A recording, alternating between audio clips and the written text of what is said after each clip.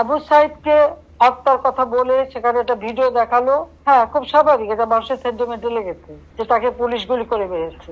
এখানে আমার প্রশ্নটা হচ্ছে, তাকে যদি পুলিশ গুলি করে থাকে, তো গুলি খাওয়া একটা লোক এরা টেনে নিয়ে গেল, এখানে কিন্তু কোনো রক্তের চিহ্ন দেখা যায়নি। দ্বিতীয় কথা হচ্ছে যে তার সঙ্গী সাথীরা যে তাকে টেনে নিয়ে গেল, কোথায় নিয়ে গেল?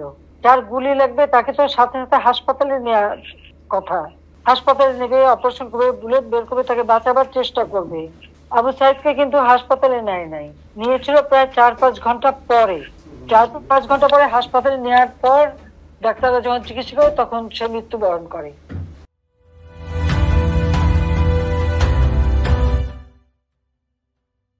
তার মাথায় আর একটা ভিডিওতে দেখা গেছে তার মাথা, ওরা যখন পুলিশকে ঢিল মারছে, সেও পুলিশকে মারতে মারতে এগিয়ে যাচ্ছে, তার মাথায় একটা ঢিল এসে পড়ে, সে মাথায় হাত দেয়। তাহলে প্রশ্ন যে এই একটা সেন্টিমেন্ট তুলে তারা যে এতগুলি জীবন নিয়ে খেললো, এর জবাব কে দেবে? আমরা যে জুডিশিয়াল কমিটি করে দিলাম এই হত্যা তদন্ত করতে, আজকে এটা জবাব কেন সেই জুডিশিয়াল থেকে সে তদন্ত করতে দেয় নাই?